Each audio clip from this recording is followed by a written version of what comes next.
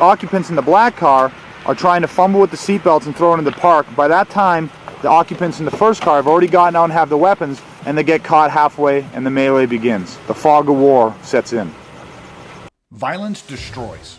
Weaponizing is the counter strategies to violent criminal assault.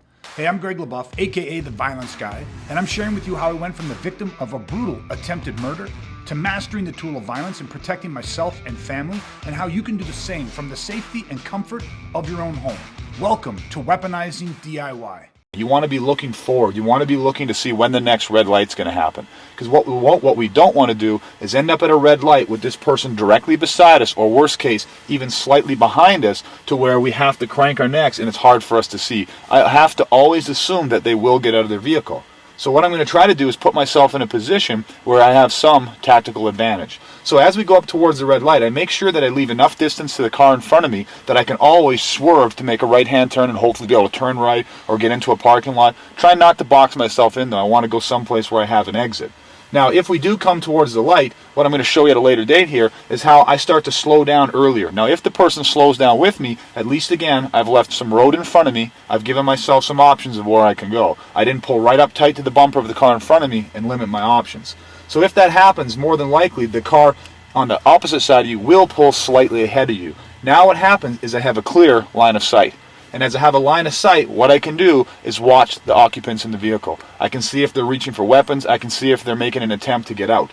Okay, so we're always going to try to remove ourselves from the situation. If we have a situation where the person is trying to force us off the road, one of two things has to start happening. The first thing is I want to start noticing how many occupants are in the vehicle. The second thing is I want to notice how many doors on the vehicle. So what happens is if we're dealing with a four-door, I have to know that all of the occupants can get out very, very quickly. So if I feel that we're being forced to the side of the road and they are going to exit the vehicle, what I need to do is start making some preparations beforehand. I have to be ready to try and intercept their attack. Now, some of those things in this car, for example, we're driving with a standard. So as we're driving down the road and we're starting to force off and pull off to the side, I want to be very aware of traffic.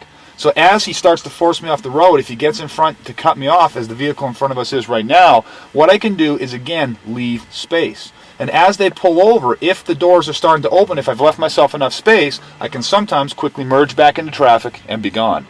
If I don't think that situation is possible, again, for whatever reason, what I need to do is, as we're starting to pull over, I need to start to prepare myself. Now, I've already stated that I personally would get out of the car. I view this as a trap. You can't derive a false sense of security simply because you have the doors and the glass, okay? This is not enough protection against somebody who's motivated to get in.